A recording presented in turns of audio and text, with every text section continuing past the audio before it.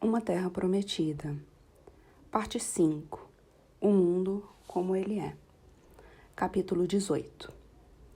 Da mesma forma como bater continência se tornou parte da minha natureza, já que era repetida toda vez que embarcava no Marine One ou no Air Force One, ou interagia com nossas tropas. Fui aos poucos me sentindo mais à vontade e mais eficiente em minha função de comandante-chefe. A sinopse diária do presidente, PDB, passou a ser mais concisa à medida que minha equipe e eu ganhávamos familiaridade com um elenco recorrente de personagens, cenários, conflitos e ameaças de política externa. Conexões antes nebulosas agora me pareciam óbvias. Sabia na ponta da língua quais tropas aliadas estavam no Afeganistão e até que ponto eram confiáveis em um combate. Quais ministros iraquianos eram nacionalistas fervorosos e quais estavam a serviço dos iranianos. Havia coisas demais em jogo, e os problemas eram intrincados demais para que alguma parte disso tudo parecesse inteiramente rotineira.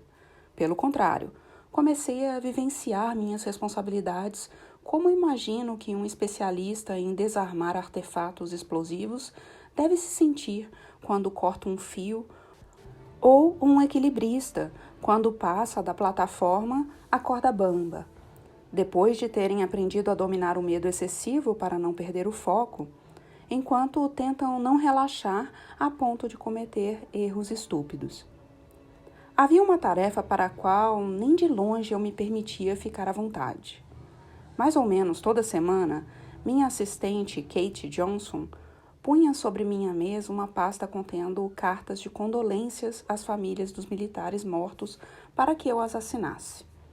Eu fechava a porta da sala, abria a pasta e lia cada uma com calma, dizendo seus nomes em voz alta, como um feitiço, tentando invocar a imagem do jovem. Baixas entre mulheres eram raras. E como havia sido sua vida, onde crescera e fora à escola, as festas de aniversário e os passeios para nadar no verão que formaram sua infância, os esportes que praticou, as garotas por quem havia suspirado. Pensava em seus pais e em suas esposas e filhos, caso tivesse. Assinava a carta lentamente, tomando cuidado de não borrar o papel bege e grosso, empunhando a caneta inclinada com a minha mão esquerda. Se a assinatura não saísse como eu queria, mandava imprimi-la outra vez, sabendo muito bem que nada que fizesse seria bom o bastante. Eu não era o único a mandar essas cartas. Bob Gates também se correspondia com as famílias dos mortos no Iraque e no Afeganistão, embora raramente ou nunca conversássemos a respeito. Gates e eu desenvolvemos uma forte relação de trabalho. Fazíamos reuniões regulares no Salão Oval e eu o achava prático, equilibrado e direto. Uma característica rara e bem-vinda, com uma confiança tranquila, tanto para defender seus pontos de vista, como para mudar de ideia, vez ou outra. A forma habilidosa como conduziu o Pentágono me deixou propenso a ignorar as ocasiões em que também tentava me controlar. E ele não tinha medo de enfrentar as vacas sagradas do Departamento de Defesa, inclusive tentando conseguir cortes no orçamento. Às vezes dava suas alfinetadas, sobretudo em meus subalternos mais jovens na Casa Branca. E as nossas diferenças de idade, criação, experiência e orientação política impediam que fôssemos amigos de fato. Mas um reconhecia no outro uma ética de trabalho e um senso de dever comuns. Não apenas com a nação que nos incumbira de mantê-la a salvo, como também como os soldados, cuja coragem testemunhávamos diariamente, assim como as famílias que deixaram para trás. O fato de que, na maioria das questões de segurança nacional, nossas opiniões estivessem alinhadas também ajudava. No início, do segundo semestre de 2009, por exemplo, Gates e eu compartilhávamos de um otimismo cauteloso a respeito dos acontecimentos no Iraque. Não que a situação por lá fosse auspiciosa. A economia iraquiana estava em frangalhos. A guerra destruíra grande parte da infraestrutura básica do país, enquanto os preços do petróleo despencando no mundo todo exauriam o orçamento nacional. E, devido a um impasse parlamentar, o governo local tinha dificuldade em levar a cabo as tarefas mais básicas. Durante minha breve visita ao país em abril, eu dera ao primeiro-ministro Maliki sugestões de como poderíamos adotar as reformas administrativas necessárias e abrir um diálogo mais efetivo com as facções sunita e curda do Iraque. Ele fora educado, mas permanecera na defensiva. Pelo jeito, não era um estudioso do Federalista número 10, de Madison.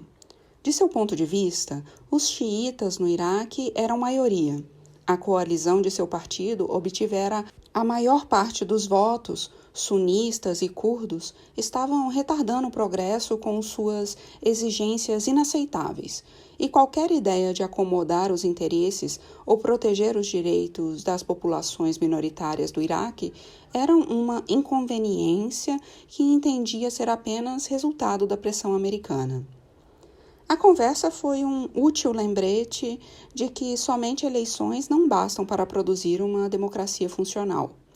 Enquanto o Iraque não encontrasse uma maneira de fortalecer suas instituições civis e seus líderes não desenvolvessem o hábito de fazer concessões, o país continuaria a sofrer. Ainda assim, o fato de Maliki e seus rivais expressarem sua hostilidade e desconfiança por meio da política, e não no cano de uma arma, já era um progresso.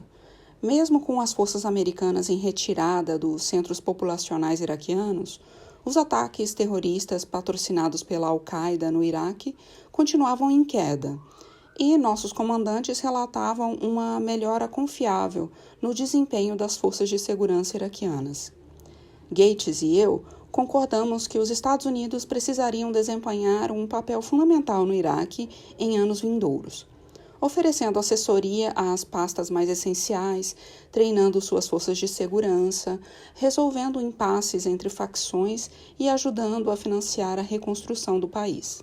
Mas, tirando alguns reveses significativos, o fim da guerra que os americanos travavam no Iraque estava finalmente à vista. O mesmo não podia ser dito do Afeganistão. As tropas adicionais que eu autorizara em fevereiro haviam ajudado a impedir ganhos do Talibã em algumas áreas e estavam funcionando para proteger a eleição presidencial que se aproximava. Mas nossas forças não tiveram como reverter o ciclo cada vez mais profundo de violência e instabilidade. E como resultado do acirramento dos combates por uma fatia mais ampla de território, as baixas americanas explodiram. As baixas afegãs também estavam aumentando, com mais civis sendo pegos no fogo cruzado. Vítimas de ataques suicidas e de artefatos explosivos sofisticados que os insurgentes plantavam nas estradas. Os afegãos se queixavam cada vez mais de determinadas táticas dos Estados Unidos, incursões noturnas em lares suspeitos de abrigar combatentes do Talibã, por exemplo, que eles viam como perigosas ou inaceitáveis, mas que nossos comandantes consideravam necessárias para executar suas missões.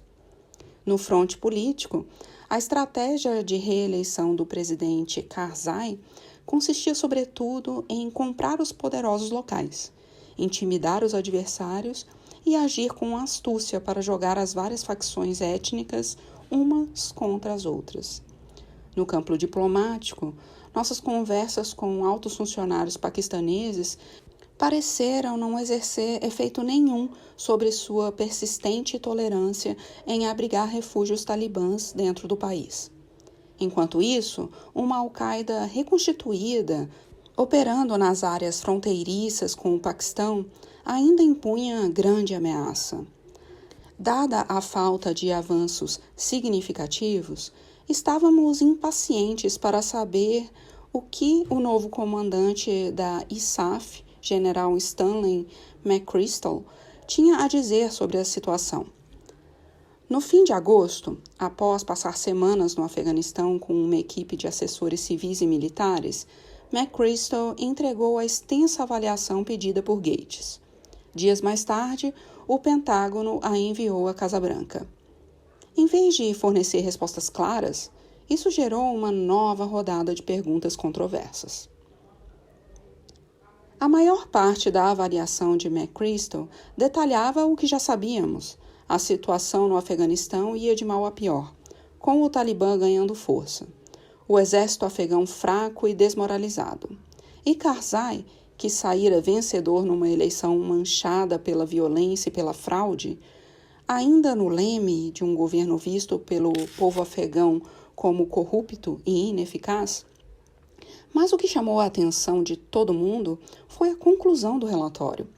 Para virar a situação, McChrystal propunha uma elaborada campanha de contra-insurgência, COIN, uma estratégia militar concebida para conter e isolar insurgentes não apenas combatendo-os, como também, simultaneamente, trabalhando para levar mais estabilidade à população do país como um todo. Em termos ideais, aplacando parte da fúria que fizera os insurgentes pegarem em armas antes de mais nada.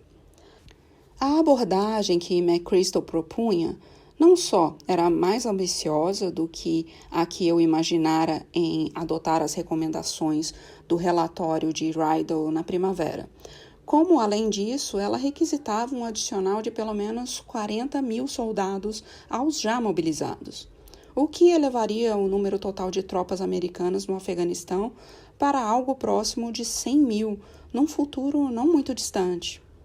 O presidente pacifista já era, disse X. Foi difícil não me sentir como se tivesse mordido a isca. Que o consentimento do Pentágono a meu reforço inicial e mais modesto de 17 mil soldados e 4 mil treinadores militares não passara de um recuo temporário e tático, com o objetivo de obter mais um segundo momento. Entre os membros da minha equipe, discordâncias sobre o Afeganistão, que já estavam evidentes em fevereiro, começaram a ganhar corpo. Mike Mullen, o Estado-Maior, e David Petrus endossaram integralmente a estratégia COIN de McChrystal. Qualquer medida mais contida, argumentaram, estava fadada ao fracasso e sinalizaria uma perigosa falta de determinação dos Estados Unidos, quanto para amigos como para inimigos. Hillary e Panetta logo seguiram seu exemplo. Gates, que antes manifestara preocupação com a ideia de expandir nossa ocupação em um país famoso pela resistência à presença estrangeira, foi mais circunspecto, mas me disse que fora convencido por McChrystal de que uma força americana menor não seria eficaz e de que, se colaborássemos de forma mais próxima com as forças de segurança afegãs para proteger as populações locais e treinar melhor nossos soldados a respeitar a cultura afegã, poderíamos evitar os problemas enfrentados pelos soviéticos na década de 1980. Enquanto isso, Joe e uma considerável quantidade de funcionários do NSC viam a proposta de McChrystal apenas como a mais recente tentativa por parte de militares beligerantes de arrastar ainda mais o país para um exercício inútil e muito dispendioso de construção de uma nação, quando podíamos e deveríamos estar estritamente focados nos esforços antiterroristas contra a Al-Qaeda. Após ler as 66 páginas da avaliação de McChrystal, eu partilhava do ceticismo de Joe. Ao que me parecia, não havia uma estratégia clara de saída. De acordo com o plano de McChrystal, levaríamos de 5 a 6 anos só para fazer a quantidade de soldados americanos voltar ao patamar em que já estava.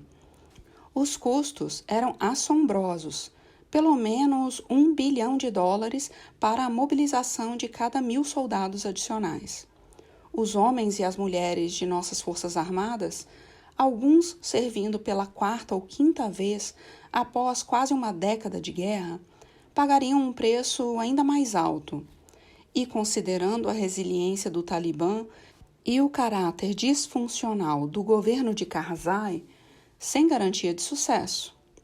Em seu endosso por escrito do plano, Gates e os generais admitiam que nenhuma missão militar americana, por maior que fosse, seria capaz de estabilizar o Afeganistão, enquanto a corrupção generalizada e a expoliação do povo continuarem a caracterizar o sistema de governo do país. Para mim, não havia a menor possibilidade de essa condição ser atendida num futuro próximo. Mesmo assim, algumas duras verdades me impediam de rejeitar o plano de McChrystal logo de cara. A situação era insustentável. Não podíamos permitir que o Talibã voltasse ao poder e precisávamos de mais tempo para treinar melhor as forças de segurança afegãs e erradicar por completo a Al-Qaeda e sua liderança. Por mais confiança que tivesse em minha capacidade de julgamento, eu não podia ignorar a recomendação unânime de generais experientes que haviam conseguido recuperar parte da estabilidade no Iraque e estavam enfrentando o calor da batalha no Afeganistão. Portanto, pedi a Jim Jones e Tom Donilon que organizassem uma série de reuniões com o NSC para, longe da política, do Congresso e dos protestos da mídia, podermos examinar metodicamente os detalhes da proposta de McChrystal, ver como se encaixavam em nossos objetivos previamente articulados e nos decidir pela melhor maneira de proceder. Acontece que os generais tinham outras ideias. Apenas 2 dias após eu ter recebido o relatório, o Washington Post publicou uma entrevista com David Petraeus, em que ele declarava que qualquer esperança de sucesso no Afeganistão exigia muito mais tropas e uma estratégia COIN, plenamente aparelhada e abrangente. Dali a cerca de 10 dias, pouco depois de encerrada a nossa primeira discussão sobre a proposta de McChrystal na sala de crise, Mike Mullen compareceu perante a Comissão sobre as Forças Armadas do Senado para uma audiência previamente marcada e apresentou o mesmo argumento, garantindo que qualquer estratégia mais contida seria insuficiente para a meta de derrotar a Al-Qaeda e impedir o Afeganistão de se tornar uma futura base para ataques contra a nação. Após alguns dias, em 21 de setembro, o Post publicou um resumo do relatório de McChrystal vazado para Bob Woodward, sob a manchete McChrystal, mais forças ou insucesso da missão. A isso se seguiu pouco depois uma entrevista de McChrystal a um programa televisivo 60 Minutos e um discurso feito em Londres, em ambos os casos promovendo os méritos de sua estratégia COIN em relação às alternativas. A reação era previsível. Republicanos linha dura como John McCain e Lindsey Graham aproveitaram a blitz dos generais na mídia para repetir o refrão familiar de que eu devia escutar meus comandantes no terreno e atender ao pedido de McChrystal. O assunto foi notícia todos os dias, alardeando o racha cada vez maior entre a Casa Branca e o Pentágono. Colunistas me acusaram de hesitação, questionando se eu tinha brio o suficiente para liderar uma nação em tempos de guerra. Rain comentou que, em todos os seus anos em Washington, nunca vira o Pentágono orquestrar tamanha campanha pública para cercear um presidente. Biden foi mais sucinto. É uma puta de uma afronta. Concordei. Dissidências em minha equipe vazando para a imprensa estavam longe de ser um fato inédito. Mas foi a primeira vez em meu governo que senti como se toda uma agência, sob meu comando, trabalhasse com uma agenda própria. Decidi que também seria a última.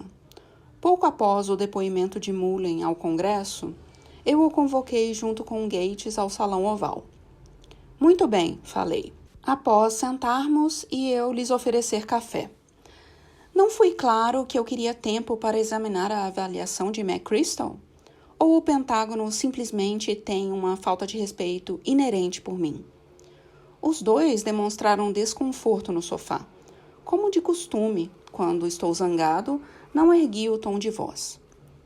Desde o dia em que tomei posse, continuei, tenho feito de tudo para criar um ambiente em que a opinião de todo mundo seja ouvida. E acredito que me demonstrei disposto a tomar decisões impopulares quando julguei necessário para a nossa segurança nacional. Não é, Bob? Sim, senhor presidente, disse Gates. Muito bem. Quando determinei um processo para decidir se devo enviar dezenas de milhares de novos soldados para uma zona de guerra letal ao custo de centenas de bilhões de dólares, e vejo meus principais líderes militares sabotando esse processo para defender sua posição em público, sou obrigado a questionar algumas coisas. Será que é por acharem que entendem a situação melhor do que eu e não quererem perder tempo respondendo às minhas perguntas? Por eu ser novo e não ter servido o exército? Por não gostarem de minha figura política? Fiz uma pausa, deixando a indagação no ar. Mullen limpou a garganta. Acho que falo por todos os seus oficiais comissionados, senhor presidente, disse, quando digo que temos o maior respeito pelo senhor e pelo governo. Assenti com a cabeça. Bem, Mike, falei, vou acreditar em sua palavra. E dou minha palavra de que vou tomar a decisão sobre a resposta de Stan com base nos conselhos do Pentágono e no que acredito que sirva melhor aos interesses do país. Mas, até lá, completei, me curvando para a frente para enfatizar o que dizia. Eu gostaria que meus assessores militares parassem de me dizer o que preciso fazer na primeira página do jornal. Acha justo? Ele concordou que era. Passamos a outros assuntos. Olhando em retrospecto, fico inclinado a acreditar em Gates quando afirmou que não havia um plano coordenado por Mullen, Petraeus ou McChrystal para me colocar contra a parede. Embora ele admitisse posteriormente ter ouvido de fonte confiável que alguém no Estado-Maior de McChrystal vazara o relatório do general para Woodward. Sei que todos os três eram motivados por uma convicção sincera de que sua posição era correta e de que consideravam parte de seu código de conduta como oficiais do Exército fornecer uma avaliação honesta nos depoimentos públicos ou pronunciamentos à imprensa, sem considerar as consequências políticas. Gates se apressou em me lembrar que a falta de papas na língua de Mullen também irritara o presidente Bush, e tinha razão em seu argumento de que, com frequência, os altos funcionários da Casa Branca eram igualmente culpados em tentar usar a imprensa para manipulações de bastidores. Mas acho também que o episódio era ilustrativo de como o Exército se acostumara a ter tudo de bandeja durante o período Bush, e de até que ponto decisões fundamentais sobre as políticas públicas, sobre a guerra e a paz, as prioridades orçamentárias dos Estados Unidos, as metas diplomáticas e o possível favorecimento de outros valores em detrimento da segurança, haviam sido continuamente transferidos para o Pentágono e para a CIA. Era fácil ver os fatores por trás disso. O impulso, após o 11 de setembro, de fazer o que fosse necessário para deter os terroristas e a relutância da Casa Branca em fazer questionamentos difíceis que pudessem ser vistos como inconvenientes. Um exército obrigado a consertar a confusão resultante da decisão de invadir o Iraque. Uma opinião pública que tinha motivos para ver os militares como mais competentes e confiáveis do que os civis responsáveis por elaborar as políticas públicas. Um Congresso mais interessado em fugir da responsabilidade pelos complexos problemas da política externa e uma imprensa na Casa Branca que podia ser excessivamente respeitosa com qualquer pessoa que exibisse estrelas nos ombros.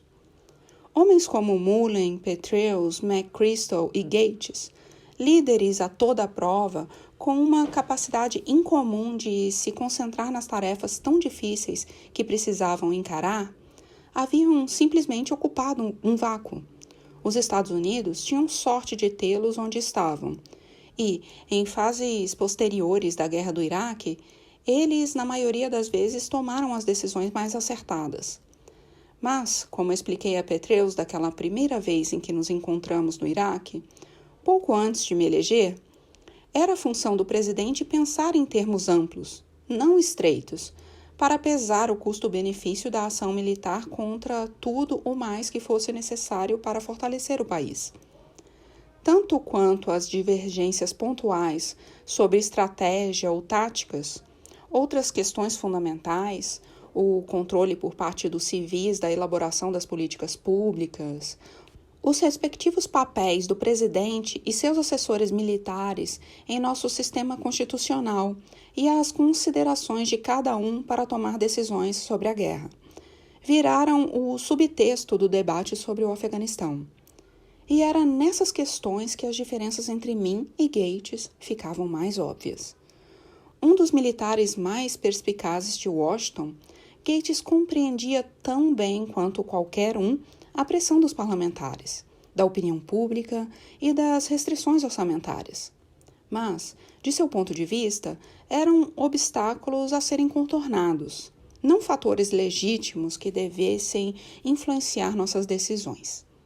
Ao longo de todo o debate, ele refutava logo de cara qualquer objeção que Ham ou Biden pudessem fazer sobre a dificuldade de reunir os votos do Congresso para os 30 a 40 bilhões de dólares por ano em gastos adicionais que o plano McChrystal podia exigir, ou a exaustão que o país talvez sentisse após quase uma década de guerra, como mera questão política. Para outras pessoas, mas nunca diretamente comigo, Gates às vezes questionava meu comprometimento com a guerra e a estratégia que eu adotara em março, que sem dúvida também atribuía à política. Ele tinha dificuldade em perceber que aquilo que desdenhava como mera politicagem era a democracia, como se esperava que funcionasse, que nossa missão tinha de ser definida não apenas pela necessidade de derrotar um inimigo, mas também pela necessidade de assegurar que o país não esgotasse seus recursos no processo, que questões como gastar centenas de bilhões em mísseis e em bases avançadas, e não com escolas ou um sistema de saúde para jovens, não eram tangenciais à segurança nacional, e sim centrais, que o senso de dever que nutria tão fortemente pelos soldados mobilizados, seu desejo genuíno e admirável de que contassem com toda a chance de sucesso, talvez fossem comparáveis à paixão e ao patriotismo daqueles que estavam empenhados em limitar a quantidade de jovens americanos em situação de perigo. Podia não ser o trabalho de Gates pensar nessas coisas, mas era o meu. E assim, de meados de setembro a meados de novembro, presidi uma série de 9 reuniões de 2 a 3 horas na sala de crise para avaliar o plano McChrystal. Até mesmo a duração das deliberações virou assunto em Washington. E embora minha conversa com Gates e Mullen tivesse colocado um ponto final nas declarações à imprensa dos principais generais, os vazamentos, as citações anônimas e as especulações continuavam a aparecer com regularidade nos noticiários. Fiz o melhor que pude para silenciar o ruído, ajudado pelo conhecimento de muitos de meus críticos mais estridentes eram os mesmos analistas e assim chamados especialistas que haviam promovido ativamente a invasão do Iraque ou se deixado arrastar pelo afã da campanha. Inclusive, um dos principais argumentos para a adoção do plano de McChrystal eram suas similaridades com a estratégia Cohen que Petraeus usara durante o grande incremento de tropas americanas no Iraque em 2007. Por princípio, a ênfase de Petraeus em treinar as forças iraquianas, aprimorar a segurança local e proteger as populações da área, em vez de capturar território e elevar a contagem de corpos dos insurgentes, fazia sentido. Mas o Afeganistão de 2009 não era o Iraque de 2006. Os dois países representavam circunstâncias diferentes, que exigiam soluções diferentes. A cada sessão na sala de crise, ficava mais claro que a visão expansiva do COIN, imaginada para o Afeganistão por McChrystal, não ia além apenas do necessário para destruir a Al-Qaeda. Excedia também o que poderia ser colocado em prática em meu mandato. Isso se fosse mesmo minimamente praticável. John Brennan voltou a frisar que, ao contrário da Al-Qaeda no Iraque, o Talibã estava entremeado demais ao tecido da sociedade afegã para ser erradicado e que, apesar de suas afinidades com a Al-Qaeda, não dava sinais de planejar ataques fora do Afeganistão contra os Estados Unidos ou seus aliados. Nosso embaixador em Cabul, o ex-general Carl Eikenberry, duvidava que o governo local pudesse ser reformado e temia que uma grande leva de soldados, a maior americanização da guerra, tirariam toda a pressão de Karzai para entrar na linha. O prolongado cronograma de McChrystal, tanto para instalar como para retirar as tropas, parecia menos um incremento ao estilo do Iraque do que uma ocupação de longo prazo, levando Biden a perguntar por quê. Com a Al-Qaeda no Paquistão, combatida quase exclusivamente por drones, deveríamos envolver 100 mil soldados na reconstrução do país vizinho. Na minha frente, pelo menos, McChrystal e os outros generais responderam de bom grado a cada um desses questionamentos. Em alguns casos, de forma convincente, mas em outros, nem tanto. Embora mostrassem paciência e boas maneiras, era difícil para eles esconder sua frustração por ver seu julgamento profissional contestado, em especial por pessoas que nunca vestiram uma farda. Os olhos de McChrystal se apertaram quando, em mais de uma ocasião, Biden começou a explicar para ele o que era necessário para realizar operações antiterroristas bem-sucedidas. As tensões entre os funcionários da Casa Branca e o Pentágono cresceram, com o pessoal do Conselho de Segurança Nacional se sentindo isolado por não ter acesso a informações atualizadas, e Gates espumando em silêncio com o que considerava um envolvimento constante e excessivo por parte do NSC. A animosidade respingou até nas relações internas dos departamentos.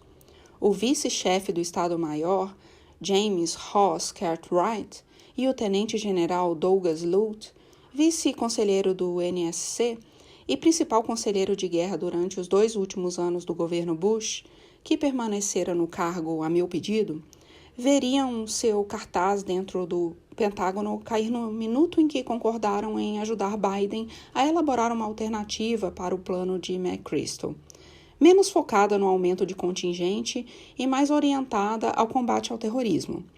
Hillary, nesse interim, considerava as manobras evasivas de Eikenberry em canais oficiais do Departamento de Estado quase uma insubordinação e queria que fosse substituído. É justo dizer, portanto, que lá pela 3ª ou 4ª rodada de slides de PowerPoint, mapas de campo de batalha e vídeos entrecortados, sem falar na inevitável iluminação fluorescente no café ruim e num ambiente abafado, todo mundo estava farto do Afeganistão, de reuniões e um do outro. Quanto a mim, senti o peso do cargo mais do que em qualquer outro momento desde que assumira a presidência. Tentei não demonstrar, mantendo uma expressão neutra ao fazer perguntas, tomar notas e ocasionalmente rabiscar nas margens do bloco que a equipe deixava na minha frente. Padrões abstratos quase sempre, às vezes um rosto humano a um cenário de praia, uma gaivota voando acima de uma palmeira das ondas do oceano. Mas, de vez em quando, minhas frustrações afloravam, em especial quando escutava alguém responder a uma pergunta complicada, recorrendo ao argumento de que mais soldados eram necessários para mostrar nossa determinação.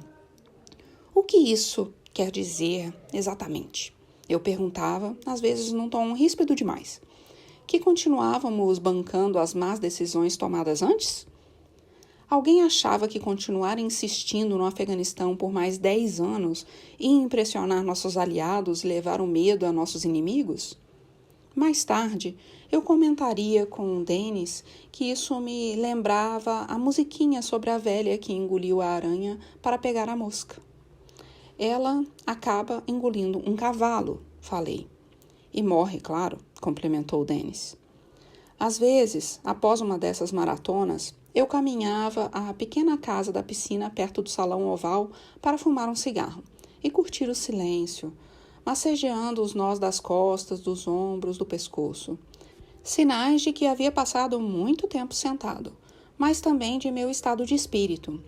Se ao menos a decisão sobre o Afeganistão fosse realmente uma questão de determinação, pensei. Apenas vontade e ferro e fogo.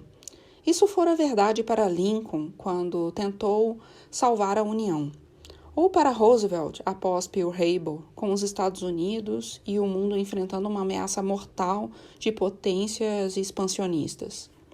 Em tais situações, era preciso arregimentar tudo que se tinha para travar uma guerra total. Mas, naquelas circunstâncias, as ameaças que enfrentávamos, redes terroristas letais, mas sem Estado, nações perigosas, mas sem poderio tentando desenvolver armas de destruição em massa, eram reais, mas não punham em risco nossa existência. E, portanto, uma determinação sem visão de longo prazo era inútil, ou pior. Ela nos levou a travar as guerras erradas e a nos enfiar em buracos de onde não conseguimos mais sair. Fez de nós os administradores de um território inóspito e produziu mais inimigos do que eliminou. Graças a seu poderio sem igual, os Estados Unidos podiam escolher o que, quando e como combater. Alegar o contrário, insistir que nossa segurança e nossa posição no mundo exigiam que fizéssemos tudo ao nosso alcance pelo máximo de tempo possível em cada ocasião. Era abdicar de uma responsabilidade moral, e a confiança que esse tipo de argumento oferecia era só uma mentira reconfortante. Por volta das 6 da manhã, de 9 de outubro de 2009, a telefonista da Casa Branca me tirou da cama para dizer que Robert Gibbs estava na linha. Uma ligação de minha equipe tão cedo assim era rara, e fiquei com o coração apertado. Seria um ataque terrorista? Seria algum desastre natural? O senhor recebeu o Prêmio Nobel da Paz, disse Gibbs. Como assim? Anunciaram agora há pouco. Pelo quê? Gibbs ignorou diplomaticamente a pergunta. Faves ficaria à minha espera diante do salão oval para trabalhar comigo caso eu quisesse dar uma declaração, ele disse. Quando desliguei, Michelle perguntou do que se tratava. Vou receber o Prêmio Nobel da Paz. Que maravilha, amor! Ela disse. Então rolou para o lado e voltou a dormir. 1h30 mais tarde, Malha e Sasha passaram na sala de jantar enquanto eu tomava café da manhã. Que demais, pai, disse Malha, enfiando a mochila nas costas. Você ganhou o Prêmio Nobel e é aniversário do Bull. Além disso, tem feriado, acrescentou Sasha, fazendo um pequeno gesto vitorioso com o punho. Ganhei de cada uma um beijo na bochecha e elas foram para a escola. No Roseiral, falei à imprensa reunida que, com menos de um ano de presidência, não me achava merecedor da companhia das figuras transformadoras que foram homenageadas no passado. Na verdade, vi o prêmio como um chamado à ação, uma maneira de o Comitê do Nobel impulsionar causas para as quais a liderança americana era vital. Reduzir as ameaças das armas nucleares e das mudanças climáticas, diminuir a desigualdade econômica, proteger os direitos humanos e fazer a ponte entre as divisões raciais, étnicas e religiosas que com tanta frequência alimentavam conflitos. Afirmei achar que o prêmio deveria ser compartilhado com outros que trabalhavam mundo afora, muitas vezes sem reconhecimento, pela justiça, paz e dignidade humana. De volta ao salão oval, pedi a Kate que segurasse os telefonemas de parabenização que começavam a chegar e tirei alguns minutos para considerar o abismo cada vez maior entre as expectativas e as realidades da minha gestão. 6 dias antes, 300 militantes afegãos haviam destruído um pequeno posto avançado do exército americano no Kush Hindu, matando 8 soldados nossos e ferindo outros 27. Outubro seria o mês mais letal para as tropas dos Estados Unidos no Afeganistão desde o início da guerra, 8 anos antes. E, em vez de trazer uma nova era de paz, eu estava enfrentando a perspectiva de ter que enviar mais soldados para a guerra. Mais tarde naquele mês, o procurador-geral General Eric Holder e eu fizemos um voo noturno para a base da Força Aérea de Dover, no Delaware, para testemunhar o regresso a solo americano dos 15 soldados e 3 agentes do DEA que haviam sido mortos em incidentes consecutivos no Afeganistão. Uma queda fatal de helicóptero e 2 explosões à bomba à beira da estrada na província de Kandahar. O comparecimento de um presidente a essas transferências dignas, como eram chamadas, era raro, mas achei importante, mais do que nunca, estar presente. Desde a Guerra do Golfo, o Departamento de Defesa proibira que a mídia cobrisse a chegada dos caixões. Mas, com a ajuda de Bob Gates, eu revogara essa diretriz no começo do ano, deixando a decisão para as famílias. Ter, ao menos, algumas dessas transferências documentadas publicamente, a meu ver, proporcionava a nosso país um modo mais claro de fazer um acerto de contas com o preço da guerra, de lidar com a dor de cada perda. E nessa noite, ao fim de um mês devastador no Afeganistão, com o futuro da guerra em discussão, uma das famílias autorizara gravar o momento. Houve um burburinho constante ao longo das 4 ou 5 horas em que permaneci na base.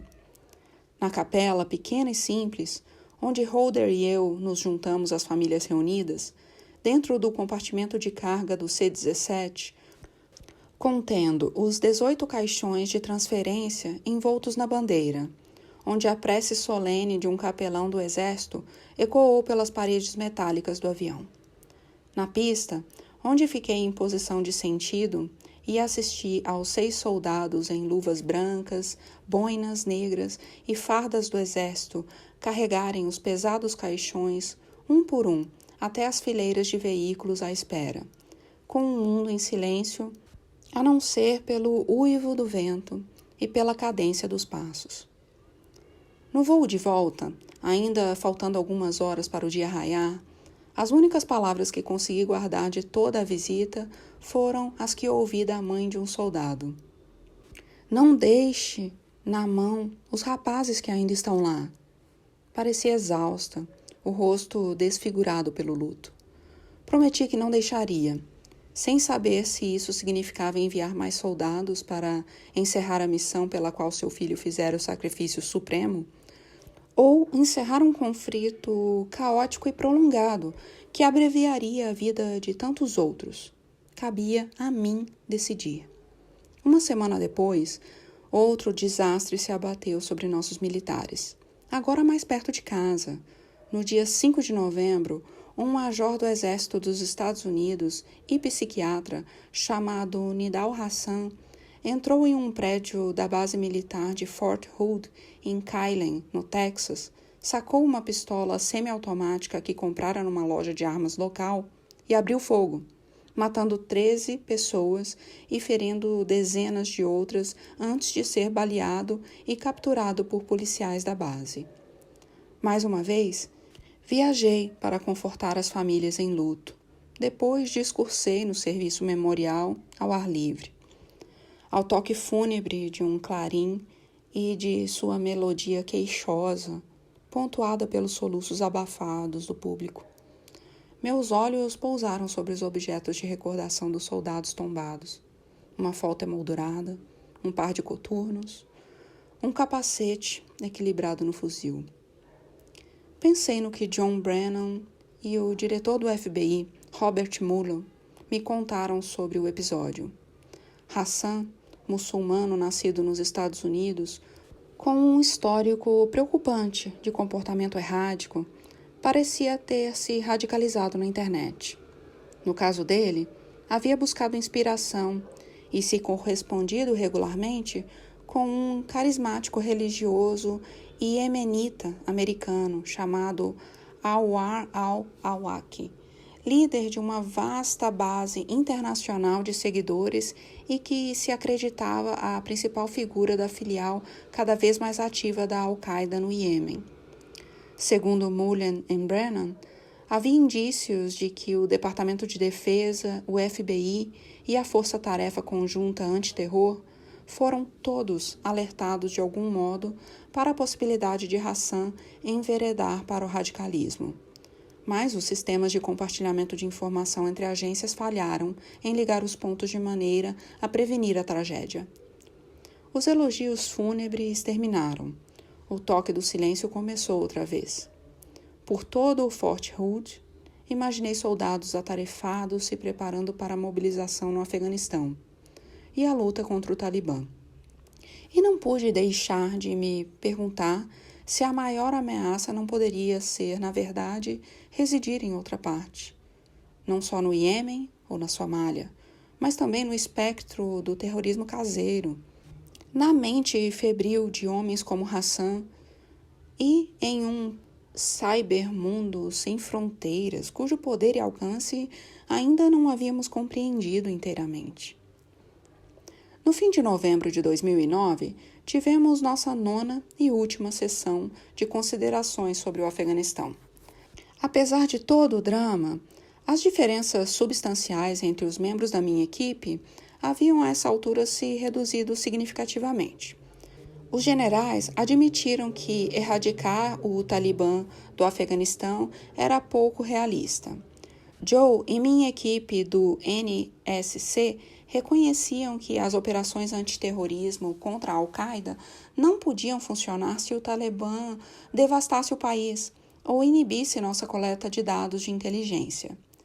Decidimos por um conjunto de objetivos exequíveis: reduzir o nível de atividade dos talibãs de modo que não ameaçasse os grandes centros populacionais. Forçar Karzai a reforçar uma série de departamentos cruciais, como os Ministérios da Defesa e das Finanças, em vez de tentar obrigá-lo a remodelar todo o governo, e acelerar o treinamento das forças locais para que um dia o povo afegão pudesse zelar pelo próprio país. A equipe também concordou que, para alcançar até os objetivos mais modestos, seriam necessários mais soldados americanos. A única questão ainda por resolver era quantos e por quanto tempo. Os generais continuavam defendendo a requisição original de McChrystal, de 40 mil, sem oferecer uma boa explicação para o fato de que o conjunto de objetivos com que concordáramos não reduzira em um único homem a quantidade de forças necessárias. A opção do aumento, trabalhada por Biden em conjunto com Ross Castroyd e Douglas Lute, previa mais 20 mil soldados, a serem empregados exclusivamente em operações e treinamento antiterrorismo. Mas não ficou claro por que qualquer uma dessas funções exigia algo perto dessa quantidade extra de soldados americanos. Em ambos os casos, minha preocupação foi que o número continuasse sendo determinado mais por questões ideológicas e institucionais do que pelos objetivos que havíamos estabelecido. No fim, foi Gates quem pensou numa solução factível. Em um memorando privado, ele me explicou que o pedido de McChrystal antecipara a substituição pelos Estados Unidos dos 10 mil soldados holandeses e canadenses que seus governos haviam prometido trazer para casa. Se eu autorizasse 3 brigadas, seria um total de 30 mil militares americanos. Talvez fosse possível usar essa concessão para obter outros 10 mil com nossos aliados. Gates concordou também em tratar qualquer envio de novas tropas antes como um incremento do que como um compromisso sem data para terminar, não só acelerando o ritmo da chegada, mas também determinando um cronograma de 18 meses para começarem a voltar para casa. Para mim, era particularmente significativo o fato de Gates acatar um cronograma. No passado, ele se unira ao Estado-Maior e a Petreus na resistência à ideia, alegando que um cronograma sinalizava ao inimigo que bastaria esperar nossa retirada. Agora, ele estava convencido de que Karzai talvez nunca tomasse decisões difíceis sobre as responsabilidades de seu próprio governo, a menos que estivesse ciente de que traríamos os soldados de volta o mais rápido possível. Depois de conversar a respeito com Joe, Ham e o pessoal do NSC, decidi adotar a proposta de Gates. Havia uma lógica nisso, que ia além de simplesmente escolher um meio termo entre o plano de McChrystal e a operação trabalhada por Biden. No curto prazo, proporcionava a McChrystal o poder de fogo necessário para reverter o ímpeto do Talibã, proteger os centros populacionais e treinar as forças afegãs, mas impunha limites claros para o COIN e nos colocava no caminho firme de uma abordagem antiterrorismo mais restrita, 2 anos depois. Restava ainda negociar até que ponto o teto de 30 mil soldados deveria ser mantido. O Pentágono tinha o hábito de mobilizar o número aprovado e depois voltar com pedidos para milhares de colaboradores, médicos, funcionários de inteligência e assim por diante. O que, insistiam, não contava para o total. E levou tempo para Gates vender esse peixe aos militares. Mas, dias após o feriado de Ação de Graças, convoquei uma reunião à noite no Salão Oval com Gates, Mullen e Petreus, além de Ham, Jim Jones e Joe, na qual, na prática, fiz todos assinarem na linha pontilhada. O pessoal do NSC prepararam um memorando detalhado com minhas ordens e, junto com Ham e Joe, tinha me convencido de que fazer os oficiais do Pentágono olharem em meus olhos e se comprometerem a um acordo por escrito era a única maneira de evitar suas críticas públicas contra minha decisão caso a guerra terminasse mal. Foi um gesto incomum e um pouco inábil, que sem dúvida aborreceu Gates e os generais, e do qual me arrependi quase imediatamente. Um final condizente com um período confuso e muito difícil do meu governo, pensei. Mas eu podia extrair alguma satisfação do fato de que a sessão tinha cumprido seu propósito. Gates reconhecia que, apesar de não conceberem um plano perfeito, as horas de discussão resultaram em um plano melhor. Elas nos forçaram a refinar os objetivos estratégicos dos Estados Unidos no Afeganistão, de maneira a impedir que a missão se arrastasse ainda mais. Estabeleceram a utilidade dos cronogramas para a mobilização das tropas em determinadas circunstâncias, o que era contestado havia muito tempo pelo Establishment de Segurança Nacional em Washington, além de pôr um fim às atividades paralelas do Pentágono pelo resto de minha gestão. Ajudou a reafirmar o princípio mais amplo do controle civil sobre a criação de políticas de segurança nacional dos Estados Unidos. Mesmo assim, o resultado era que eu mandaria mais jovens para a guerra. Anunciamos a mobilização planejada das tropas para 1º de dezembro em West Point, a academia militar mais antiga e célebre dos Estados Unidos. Posto do Exército Continental durante a Guerra Revolucionária, a pouco mais de 1 hora ao norte de Nova York.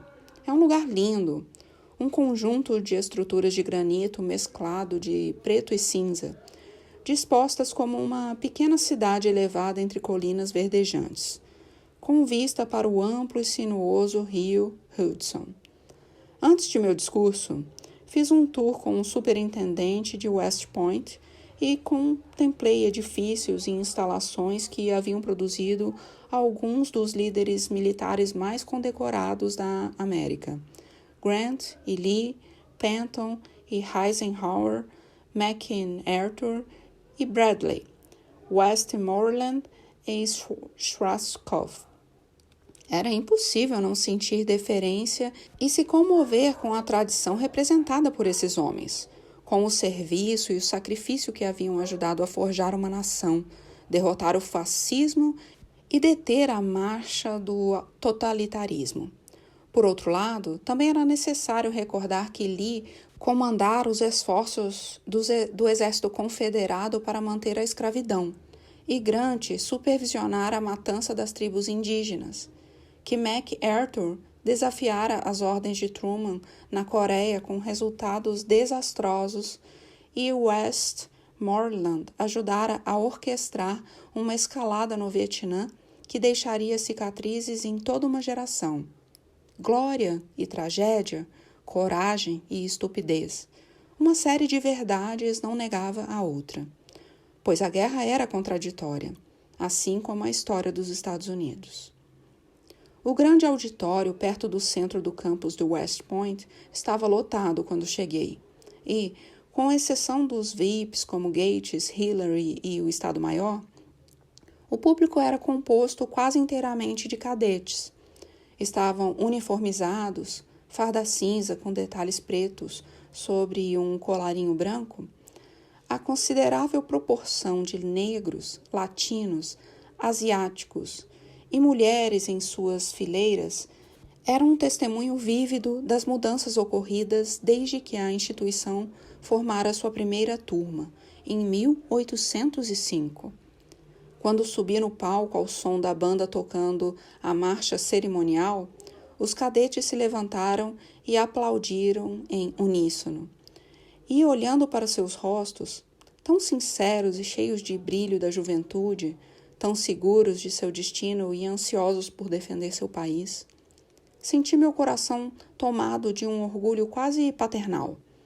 Só rezei para que eu e outros que os comandavam fôssemos dignos de sua confiança.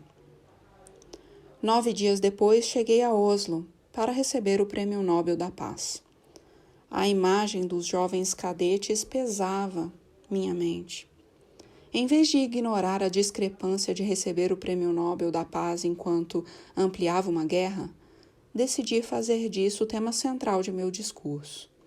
Com a ajuda de Ben Rhodes e Samantha Power, redigi um primeiro esboço, me inspirando nos escritos de pensadores como Reinhold, Niebuhr e Gandhi, para organizar meu argumento. Que a guerra é terrível e às vezes necessária, que conciliar ideias aparentemente contraditórias exige que a comunidade de nações desenvolva padrões mais elevados, tanto para justificar como para conduzir uma guerra, e que para evitar a guerra é necessária uma paz justa, fundada em um compromisso comum de liberdade política, respeito pelos direitos humanos e estratégias concretas para expandir a oportunidade econômica no mundo. Terminei escrevendo o discurso de madrugada, a bordo do Air Force One, enquanto Michelle dormia em nossa cabine. Meus olhos cansados se afastando da página de vez em quando para observar o luar espectral sobre o Atlântico. Como tudo na Noruega, a cerimônia do Nobel, realizada sob as luzes brilhantes de um auditório com centenas de pessoas, foi de sóbria austeridade. Houve uma adorável apresentação da jovem jazzista Esperança Spalding, uma introdução feita pelo presidente do Comitê do Nobel e depois meu discurso. Tudo encerrado em cerca de 90 minutos.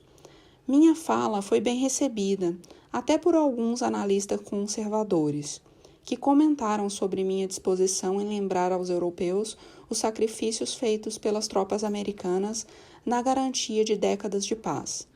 Nessa noite, o Comitê do Nobel deu um jantar de gala em minha homenagem, na qual sentei ao lado do rei da Noruega, um senhor idoso e agradável que me contou sobre suas viagens de veleiro aos fiordes de seu país.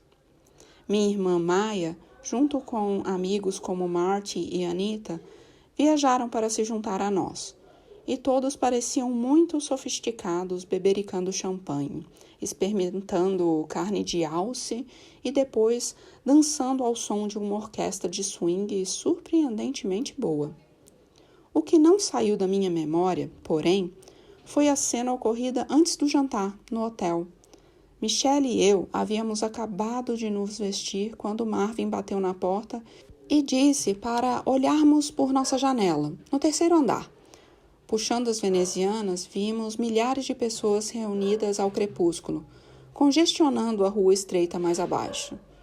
Todos seguravam uma vela acesa, o modo tradicional na cidade de expressar a apreciação pelo ganhador do Prêmio da Paz naquele ano. Foi uma visão mágica, como se uma parte do céu estrelado tivesse descido ao chão. E, quando Michelle e eu nos curvamos para acenar, o ar soprando o frescor da noite em nosso rosto, a multidão a nos saudar entusiasticamente, não pude deixar de pensar na batalha diária que continuava a consumir o Iraque e o Afeganistão, e na crueldade, no sofrimento e na injustiça com que meu governo ainda mal começara a lidar. A ideia de que eu, ou qualquer um, pudesse trazer ordem a tamanho caos parecia risível.